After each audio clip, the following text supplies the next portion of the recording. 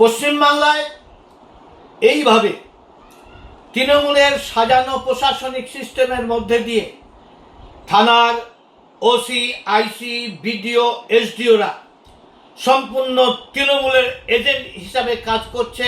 আজকের এই ভোট কর্মীর ট্রেনিংয়ে রক্তাক্ত হওয়ার ঘটনা আবারও প্রমাণ করলো নদিয়া জেলার দেবনাথ স্কুলে যে ট্রেনিং চলছিল সেখানে হাঁসখালির বিডিও তার নেতৃত্বে ট্রেনিংয়ের প্রথমেই মমতা ব্যানার্জির সপক্ষে তার ছবি দিয়ে দীঘার জগন্নাথ মন্দিরের বিজ্ঞাপন শুরু দিয়ে ট্রেনিং শুরু হয়।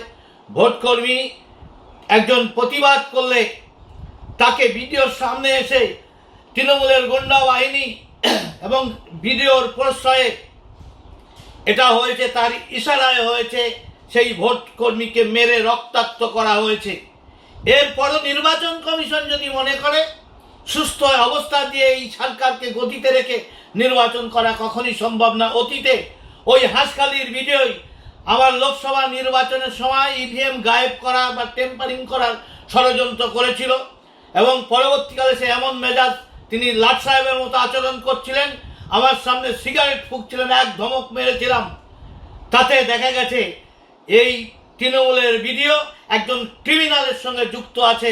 এর শাস্তি চাই এবং এর বিরুদ্ধে প্রশাসনিক পদক্ষেপ নেওয়া উচিত। নির্বাচন কমিশন কি করবে তবে বুঝবো নির্বাচন কমিশনের দম আছে, না হলে অন্য ভিডিও ভয় পাবে না। তাই আমরা মনে করি এই ভিডিওকে অবিলম্বে সাসপেন্ড করে অ্যারেস্ট করা উচিত।